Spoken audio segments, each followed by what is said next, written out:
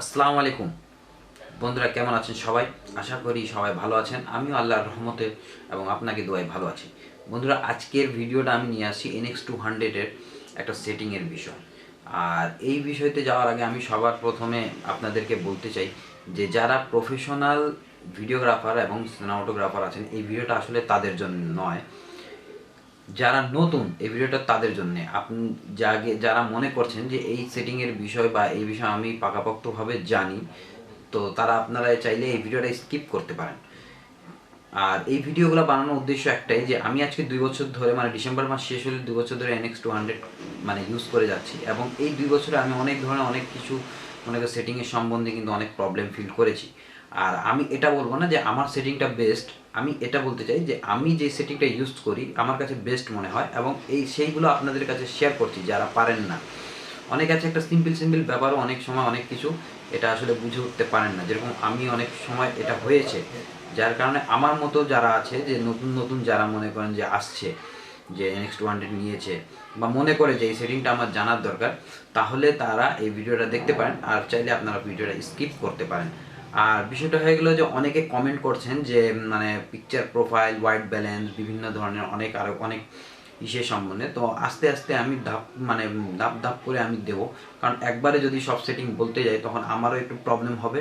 মানে সত্যি কথা বলতে, একটা মানুষ কিন্তু সব কিছু মাথায় একবারে, মানে যখন টিউটোরিয়াল বানাচ্ছি তখন কিন্তু মাথায় থাকে না। এটা আসলে যে মানে সিচুয়েশন অনুযায়ী কিন্তু এগুলো চলে আসে।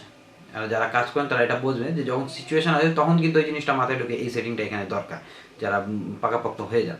তো সো আমি দেখে দেখে আস্তে আস্তে করে আমি আপনাদেরকে পার্ট টু পার্ট পিকচার প্রোফাইলও দেবো, হোয়াইট ব্যালেন্স, প্রতিটা সব কিছু সম্বন্ধে আমি আপনাদেরকে, মানে আমি যতটুকু জানি, আমার কাছে যতটুকু বেস্ট লাগে, আমি সেগুলো আপনাদের কাছে ধারণা দেবো।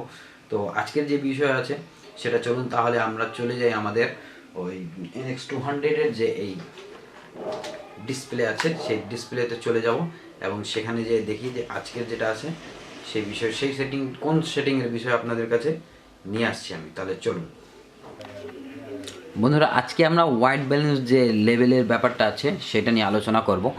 আর এর আগের যে ভিডিও দুটো ছিল, হয়তো বা সেই দুটো ভিডিওতে আপনারা স্পষ্টভাবে লেখাগুলো বুঝতে পারেননি, কারণ মানে আমার শ্যুটের সময় আমি একটু ঝামেলা হয়ে গিয়েছিল। তো আজকে মোটামুটি মনে হচ্ছে যে দেখা যাচ্ছে। তো আসুন বেশি কথা না বাড়িয়ে আমরা যাই। তো এই যে দেখুন এই হোয়াইট ব্যালেন্স, আমরা তো এই আউটডোর আর ইনডোর সম্বন্ধে তো আমরা জেনে গিয়েছি।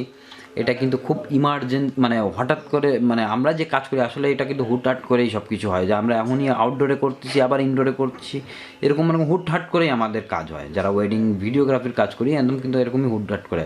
তো এটাই, এই আউটডোরটা ইনডোরটাই বেস্ট, কিন্তু তারপর অনেকে জানতে চায় যে হোয়াইট, মানে টেম্পারেচারের ব্যাপারে হোয়াইট ব্যালেন্স, মানে ম্যানুয়ালি ব্যাপারে, তার সেই কারণেই মানে এই ভিডিওটা করা। আমি সাধারণত ম্যানুয়ালিটা খুব কম, মানে আমার মনে হয় যে এটা দিয়ে মনে হয় 3-4 বার আমি ইউজ করেছি, এমনি বাস আমি ইউজ করি না। আচ্ছা, এইটা হলো ক্যালভিন, ঠিক আছে। এটা যত বাড়াবেন, এই দেখুন ক্যালভিন কত দূর পর্যন্ত যায় দেখি আমরা, প্রায় 15,000, ঠিক আছে, 15,000 পর্যন্ত ক্যালভিন যায়। এই ক্যালভিন, এই যে হোয়াইট ব্যালেন্স না, এটা টেম্পারেচার, এটা হলো আপনার লাইটের টেম্পারেচার। যেরকম মনে করেন যে আমাদের এই যে এখন বর্তমানে শীত চলছে, তাই না? তো শীত আর গরমের ভিতরে যেরকম একটা টেম্পারেচার হয় না, যে -ডিগ্রি, তারপর গরমের সময় হয় যে মানে 12 সেলসিয়াস, এরকম কিছু, যে যে মানে টেম্পারেচার যেটা দেখায়, ঠিক আছে। -ডিগ্রি বা মানে মাইনাস থাকলে শীত থাকে, তারপর যে মনে করেন যে বেশি থাকলে তখন গরম থাকে, এরকম বিষয় থাকে। তো এটা হলো লাইটের একটা টেম্পারেচার। যেরকম মনে করেন এক এক জায়গায় কিন্তু এক এক টাইপের লাইট থাকে।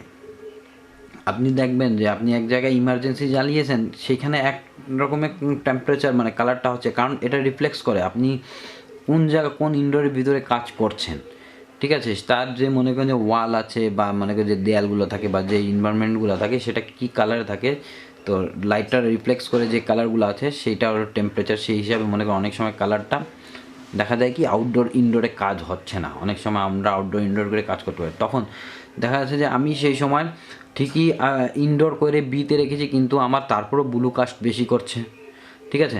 তারপর মনে করেন দেখা যাচ্ছে কি যে আমি ওই মানে ইনডোরে রয়েছি, আমি ওই যে আউটডোর দিয়ে সূর্যটাও দিছি, তারপরও মনে করেন মানে কাজ করছে না, এরকমটা হয়। তো সেই ক্ষেত্রে তখন মনে করেন এই কেলভিনটা অনেক প্রয়োজন পড়ে। আমি সাধারণত সবসময় নামিয়ে রাখি 2300 রাখি, ঠিক আছে, মানে 2300 রাখি। তো এইটা আমার লাইফে আমি 2বার না 3বার ইউজ করেছি, যেই সময় মনে করেন যে আমি প্রবলেম ফেস করেছিলাম, যে আমি আউটডোর ইনডোর করেও সেই হোয়াইট ব্যালেন্স ঠিক করতে পারছি না, মানে ব্লু কাস্ট করছিলই। তখন আমি দেখা যায় গেছিলো যে আমি 3100 না 3400তে এরকম এনেছিলাম। তো বিষয়টা হলো, যখন দেখবেন যে অতিরিক্ত ব্লু কাস্ট, মানে আপনি টোটালি যে মানে হোয়াইট ব্যালেন্সটা আছে, হোয়াইট ব্যালেন্সের মাধ্যমে আপনি পারছেন না, তখন আপনি এই ক্যালভিনটা ইউজ করবেন। ক্যালভিনটা যখন মনে করেন আপনি বাড়াবেন, তখন লালটা বাড়বে, ব্লুটা কমবে। আর যখন কমবে তখন, যখন কমাবেন তখন লালটা কমবে, ব্লুটা বাড়বে।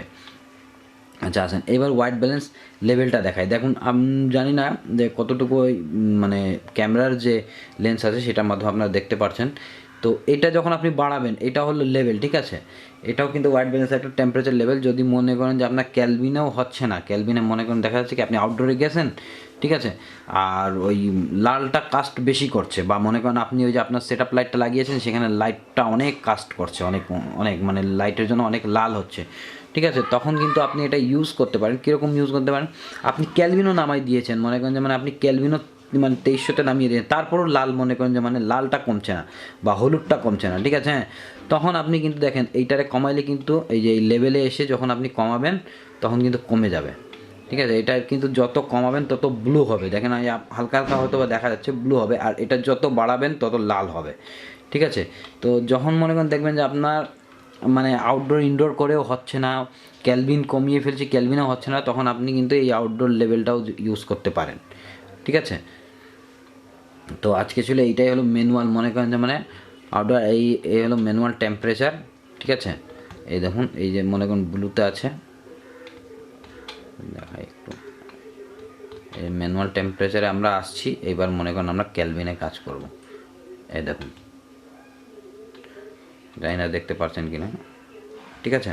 ওই ম্যানুয়াল যখন আপনি রাখবেন, ঠিক আছে, তখন এই ক্যালভিনে কাজ করার সময় তখন অবশ্যই ম্যানুয়াল রাখবেন। এই যে আমি পুরো 3000 নামিয়ে রেখেছি, কালার একদম মনে করেন যে পুরো ব্লু হয়ে গিয়েছে, এবং বাড়াবো তখন এই কালারটা ঠিক লেভেলে আসবে, ঠিক আছে। তো আশা করি যখন আপনি এইটা ম্যানুয়াল টেম্পারেচারে রাখবেন তখন আপনার এই ক্যালভিনেই কাজ করা লাগবে, এইটা আপনারা মনে রাখবেন। আচ্ছা এইটা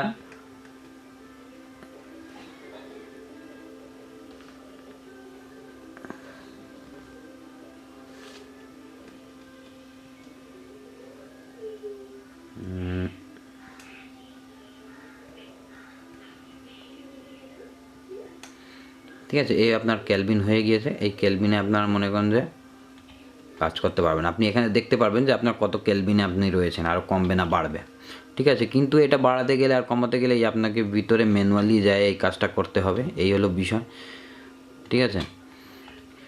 কিন্তু আমি মনে করি মানে সবচেয়ে সুবিধা, মানে একেবারে মনে করেন ঠেকে না পড়লে তখন আপনারা এই ক্যালভিনে আসবেন না। মানে আমি সাধারণত বললাম না যে আমি 2 বছর ধরে ইউজ করছি, আমি হয়তো বা দুইবার না 3বার এই ক্যালভিন দিয়ে কাজ করেছি, যখন একেবারে একদম পারিনি তখন, ঠিক আছে।